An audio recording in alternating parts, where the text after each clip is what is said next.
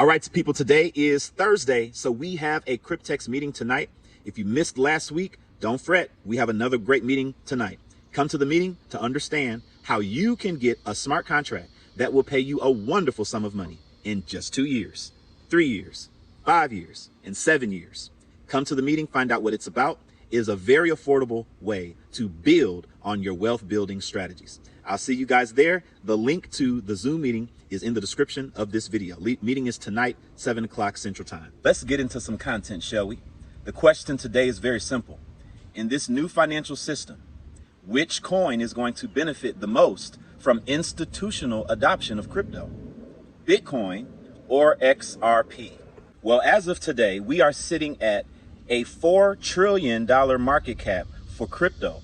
Of that, Bitcoin is responsible for about 2.3 trillion of that market cap, meaning of the entire crypto space, Bitcoin is accounting for about 58% of the market cap. Remember, back in the 2021 bull run, Bitcoin had accounted for about 70% of the overall crypto market cap. And that number is going down, which means altcoins are on the rise. But when we're asking the question about Bitcoin versus XRP, the first thing I want you to understand is this. Of this 4 trillion, what you must understand is that this is heavily retail money, not institutional money. Yes, there is some institutional money in this 4 trillion, but the largest percent of the pie is retail money. Ladies and gentlemen, institutional money has not come into this space for real yet. And so when we're talking about market caps, right, you have to understand there is a lot more room for growth for the crypto market cap, considering the amount of capital that the largest banks and institutions have to deploy into this space. Let's look back to the 1980s real quick. When Apple IPO'd, they IPO'd for $1.7 billion. And where is Apple's market cap today? Apple's sitting at $3.4 trillion. Did anybody think back in the early 80s and 90s that Apple would be what it is today as far as market cap? Absolutely not, people. Another one, the S&P 500. Back in the 80s, the entire market cap for the S&P 500 was sitting at 1 trillion. What is it today? 57 trillion. The point behind this is that market caps grow. XRP's market cap is going to grow. And the entire crypto market cap is going to grow exponentially as crypto is adopted. So, ladies and gentlemen, the question is, when banks bring their hundreds of trillions and quadrillions over to the space, where's it going to go? Where is it going to go? This is the main premise that people do not understand when it comes to XRP's market cap potential and how high XRP can go. Ladies and gentlemen, there is so much value in the world, in the hundreds of trillions, and that value is about to be digitized. When that value is digitized, it must go somewhere. It must live somewhere, on some ledger, on some blockchain. These tokenized real-world assets don't just live and operate in and of themselves. They need a ledger to operate on. And when they tokenize this hundreds of trillions of dollars in value, 400 trillion, 500 trillion, 600 trillion, eventually quadrillions, this value has to live on a ledger. Which ledger is it going to? Most likely Bitcoins or XRP? Well, that's what we're going to discuss. That's what we're about to discuss. I am using as a source today Super Grok, and I typed a very great question, and I'm just going to let Grok tell you some answers. So I typed into Super Grok. The Ripple versus SEC lawsuit is now over. Trump signed the Genius Act, and it is expected that the Clarity Act will be completed by October. The ISO 20022 standard for MX messages will be mandatory for all Swift users by November. Add to this, Ripple is going to eventually become a bank. These events are going to catapult our world into institutional crypto adoption. Let's assume we are in a world where institutions have adopted crypto. Of these two coins, which coin will they most likely use for cross-border payments, bridge liquidity between real-world assets, and tokenization of real-world assets? Bitcoin or XRP? Now, understand the reason I phrased my question like that is because if we're talking about institutional crypto adoption, then you must understand as a foundation that these are the things institutions are going to use crypto for: bridge liquidity, cross-border payments, and tokenizing real-world assets. That's the function that banks need to achieve with crypto. So let's look into the answer. In a scenario where institutions have broadly adopted cryptocurrencies, bolstered by regulatory clarity from events like the resolution of the Ripple SEC lawsuit, the passage of stablecoin-focused legislation such as the Genius Act, advancements in digital asset frameworks like the Clarity Act, and the mandatory implementation of ISO 20022 standards for global payment messaging, XRP emerges as the far more likely choice over Bitcoin for cross-border payments, bridging liquidity between real-world assets, and tokenizing real-world assets. This conclusion is based on inherent design, technical capabilities, and institutional alignments of each asset, as well as ongoing developments in this space. So watch this. Key factors driving institutional preferences. Institutions prioritize efficiency, scalability, compliance, low costs, and seamless integration with existing financial systems.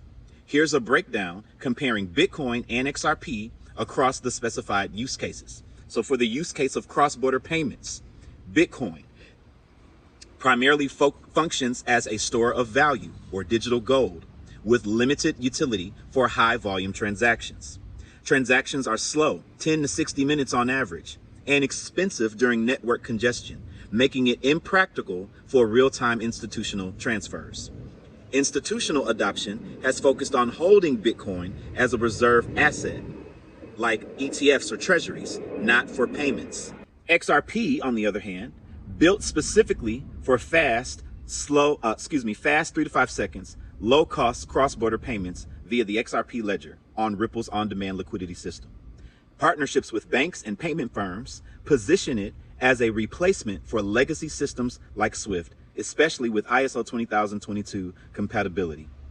Recent whale and institutional accumulation signals growing confidence for payment use. Payments is something that banks need to do, not just hold value. Holding value is important, but when it comes to payments, now we're getting into the utility that we've been talking about. Now, bridge liquidity between real-world assets. Bitcoin can serve as collateral or a base asset in some DeFi protocols, but it lacks native bridging for real-world assets and relies on layer 2 solutions like Liquid Network for asset issuance, which adds complexity and reduces efficiency. It's not optimized for liquidity bridging. High volatility and slow settlement make it less ideal for institutional flows between tokenized assets like real estate or treasuries. XRP acts as a neutral bridge currency in Ripple's ecosystem, enabling instant liquidity conversion between fiat, stablecoins, and real-world assets without pre-funding accounts. XRPL's decentralized exchange and automated market makers facilitate seamless swaps, reducing friction in real-world asset markets. Real-world pilots demonstrate its role in bridging liquidity. Finally, let's move to tokenizing of real-world assets. Tokenization on Bitcoin is possible via sidechains or wrappers, example, tokenized Bitcoin on other networks. But the base layer lacks native support for custom tokens or smart features needed for real-world assets. Focus remains on Bitcoin itself as a real-world asset, example, spot ETFs, not as a platform for tokenizing external assets like bonds or real estate. Does that make sense? Bitcoin itself is a real-world asset, but it's not compatible to tokenize real-world assets. That's a function that banks are going to need. XRP, on the other hand, XRPL natively supports token issuance, stablecoins, and real-world assets since its inception, with built-in compliance tools. Examples, anti-fraud, KYC hooks for institutional use. You see, people, XRP was designed for institutions. That's why people mocked it in the beginning and called it the banker's coin. Turns out, it is the banker's coin. Bitcoin can go ahead and stay with retail. Active projects include real estate tokenization in Dubai and treasuries in the EU, USA, with custody solutions ensuring security. It's projected to unlock trillions in value by enabling fractional ownership and on-chain management. Why XRP over Bitcoin? 1. Design intent and ecosystem fit. XRP was engineered for enterprise finance, with Ripple's focus on regulatory compliance and partnerships. Examples with banks for ODL. Bitcoin, while dominant in market cap as a reserve asset, was designed for peer-to-peer value transfer without intermediaries, not for the high throughput needs of institutions. Number 2, regulatory and adoption momentum. With the SEC case resolved and Ripple pursuing a U.S. bank charter, XRP gains clarity that aligns with new laws like the Genius and Clarity Acts. Institutions are already piloting XRPL for real-world assets, while Bitcoin's role is more passive. Example, just held in reserves. Number 3, technical advantages. XRP's consensus mechanism enables scalability without the energy-intensive proof of work of Bitcoin, making it suitable for mandatory standards like ISO 20022. For real-world assets, XRPL's native features reduce risks like smart contract vulnerabilities seen on other chains. 4, market signals. Recent data shows institutions accumulating XRP for payments and tokenization, with projects for explosive growth in a tokenized economy. Bitcoin's institutional inflows are geared toward long-term holding, not active use in payments or real-world assets. So you see, there's a use case for holding. Can't deny that. But we're talking about the utility that comes from payments. Bitcoin has its place, but so does XRP. So does XRP. Both can survive. I personally think Bitcoin is going to go down in value because once XRP starts moving up in value, let's say Bitcoin stays consistent where it is, when these institutional flows come into XRP, people are going to see and say, wait a minute, retail is going to abort Bitcoin once they see the profit potential with XRP. Once XRP starts getting to $100, $200, $300, and let's say Bitcoin is right around where it is because the institutional money is all on XRP, people are going to see, wait a minute, why am I holding this Bitcoin? There's much more profit potential with XRP. And they're probably going to sell Bitcoin and go to an XRP. Remember, we're talking about the retail market, people. The retail market is fickle, very fickle. Now, the institutional market, that's going to be a lot stronger because it's not about an investment. It's about a tool. It's about a necessity. It's about the core functionality that they depend on to run their business. That's what we're talking about with banks adopting cryptos like XRP. So, Bitcoin will likely remain a cornerstone for institutional portfolios as a hedge. But for the active operational needs outlined, payments, liquidity bridging, and tokenization, XRP's specialized infrastructure makes it the institutional frontrunner. This isn't speculative. It's substantiated by current pilots, partnerships, and regulatory tailwinds propelling crypto into mainstream finance. Those are not my words, people. I'm reading straight from Gronk. I'm reading straight from Super Grok. XRP's specialized infrastructure makes it the institutional frontrunner. This isn't speculative. It's substantiated by current pilots, partnerships, and regulatory tailwinds propelling crypto into mainstream finance. What's interesting is that XRP can also be used as a reserve asset or as a hedge. XRP can also be held, right?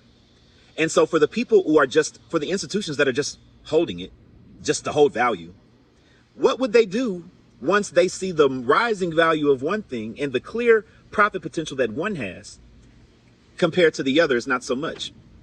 I see banks, institutions, and retail eventually selling off Bitcoin.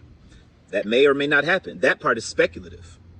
What's not speculative is the role that XRP plays, the function that it plays in the new financial system, and why its utility is far more valuable to banks and institutions than Bitcoin. Who wants to argue me about that based on what I've just read? So when it comes to the hundreds of trillions of dollars that banks are about to come on board with, where do you think that money is more likely to go? You see how this market cap can flip? This market cap stuff is going to flip heads. And this value is going to come to XRP. Now, I put in something for Bitcoin. I said, I understand Bitcoin's base layer is highly inefficient, but doesn't the wraps on the second layer handle some of these inefficiencies? Here's what Grok said. Yes, Bitcoin's layer 2 solutions such as the Lightning Network, Stacks, Rootstock, Mint Layer, and emerging projects like Bitcoin Hyper do address many of the base layer's inefficiencies, including slow transaction speeds averaging 10 to 60 minutes, high fees during congestion, and limited scalability handling only 7 transactions per second. These layer 2s build on top of Bitcoin's secure foundation to enable faster, cheaper, and more programmable operations, which could theoretically support cross-border payments, bridging liquidity between real-world assets and real-world tokenization in an institutionally adopted crypto world. However, while L2s provide meaningful improvements, they don't fully eliminate the base layer's limitations. Challenges like fragmentation across competing L2 ecosystems, added complexity for interoperability, security trade-offs, and liquidity silos persists, potentially making them less seamless for large-scale institutional use compared to purpose-built alternatives like XRP. Below, I'll break this down by use case, drawing on current developments as of mid-2025. So, XRP, native to the ledger, is compliant, seamless, works with banks, not so with Bitcoin. They have to get some of these features on a layer 2, right? And so now it's about to break this down. Bitcoin's base layer prioritizes decentralization and security over speed and costs, leading to bottlenecks for high volume applications. L2s offload transactions to secondary networks that settle periodically on the main chain. So we have L2s like the Lightning Network, a payment channel system for near instant micro fee transactions. It's widely adopted for remittances and has processed billions in volume by 2025. Stacks and Rootstock. These introduce smart contracts for DeFi and tokenization using Bitcoin as the settlement layer. Mint Layer and others. Sidechains enabling atomic swaps and cross-chain bridges for better liquidity flow. And then you have wrapped Bitcoin, tokens representing Bitcoin on other chains like Ethereum to access DeFi, though not strictly a Bitcoin native L2. These reduce on-chain load, cutting costs by 90 to 99% and boosting throughput to thousands of TPCs in some cases. Adoption is growing with L2s attracting institutional capital for Bitcoin native apps. So watch this, application to specific use cases. Let's look at each use case we talked about for banks. Cross-border payments, bridging liquidities between real-world assets, and tokenization of real-world assets. So for cross-border payments, how L2s help mitigate inefficiencies. Lightning enables instant, low-cost transfers, example seconds versus minutes, and fees under a penny, ideal for remittances. Projects like Bitcoin Hyper target regions like Africa, where cross-border volumes could hit 1 trillion by 2035. Integration with stablecoins adds fiat on-ramps, competing with SWIFT. By 2025, pilots show real-world use case for global settlements. Now, remaining limitations for institutional adoption, because that's what we're talking about, right? With all that said, channel management requires liquidity providers, leading to centralization risks and potential downtime. Volatility of Bitcoin itself remains an issue. Institutions prefer stable assets for payments. And regulatory hurdles, not all L2s comply easily. This is the main one right here. This is the main one. Because when we're talking about volatility, you can apply that to any crypto, right? That applies to XRP as well, doesn't it? But this is the key here, regulatory hurdles. Not all L2s comply easily with ISO 20022 or anti-money laundering rules. If banks are going to adopt something, it has to be compliant. It has to be regulatory compliant. And when it comes to regulatory compliance, XRP is already in the perfect position to be adopted by the banks. And Bitcoin can't say that. Bridge liquidity between real-world assets. L2 bridges and atomic swaps allow seamless Bitcoin to real-world asset conversions without full on-chain settlement. Wrapped Bitcoin provides liquidity on DeFi platforms for real-world collateral. Rollups enable high throughput swaps, reducing bridging costs. Emerging Bitcoin L2 DeFi TVL has grown to support this. However, fragmentation. Liquidity is siloed across L2s, requiring complex cross L2 bridges with added risks. Security. L2s can introduce vulnerabilities not present on base layer, like Oracle failures for real-world asset pricing. Scalability caps. This is a huge one. High institutional volumes could still congest bridges. And that's what banks are going to need. High scalability. If you don't have the banking compliance, the regulatory compliance banks are going to need, and you're not seamlessly scalable for trillion-dollar volumes in seconds, if there's going to be any congestion, banks are not going to be able to use it. Finally, tokenization of real-world assets. L2s add programmability for issuing tokenized assets on Bitcoin. By 2025, real-world asset market on Bitcoin L2s is projected at 50 billion, with U.S. Treasuries leading. Side chains like MintLayer enable direct token interoperability. This unlocks fractional ownership and on-chain management. However, nascent ecosystem. Bitcoin L2 tokenization lags behind Ethereum or Solana in tools and adoption. Compliance gaps. L2s may lack built-in KYC, AML hooks needed for regulated real-world assets, something that XRP was already designed for, in mind for banks, right? Then finally, liquidity and coordination requires off-chain oracles and custodians adding trust assumptions. So when it comes to the trust there, it doesn't win over XRP, put it that way. Overall assessment for institutional adoption. It's the last part.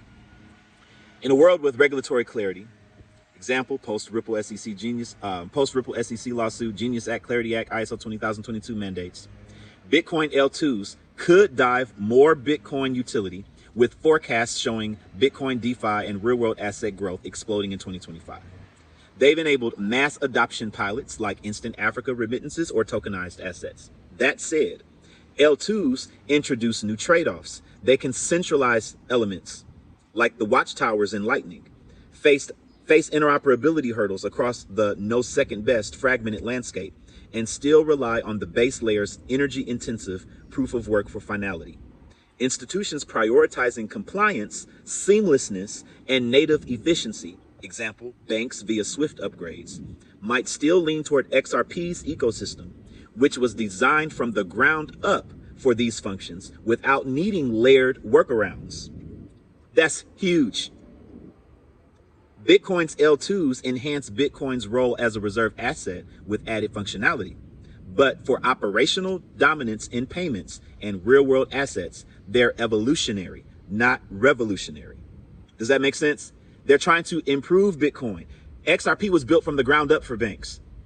Bitcoin is just now waking up to, oh, we don't want to just be peer-to-peer. Oh, we need to get in some of this bank transfer. We need to get some of this bank flow.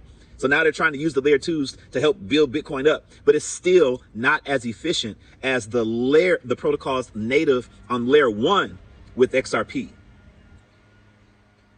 So that's it, people. I don't want the video to be too long. But there are so many people out there that stop getting your ideas about Bitcoin from Bitcoin maxis, from stuff people type on X, and just articles that people just speak in their own mind and not citing where they got their sources from. Start digging and start reading, start researching, and start understanding these things for yourself. Because the dumb money is just going to follow the herd. The herd is going to do with what they see in front of them. Oh, everybody's buying this today. Let me jump on board. Oh, everybody's selling. Oh, let me jump off board. But the smart money has foresight. The smart money knows how to discover intrinsic value and can see where things are going, can see the evolution of technology and how that evolution is going to have a positive effect on cryptos that are not that valuable in market cap today. The usage is coming. The technology is already laid out for us. And for those of us who have done our research, we found a diamond in the rough.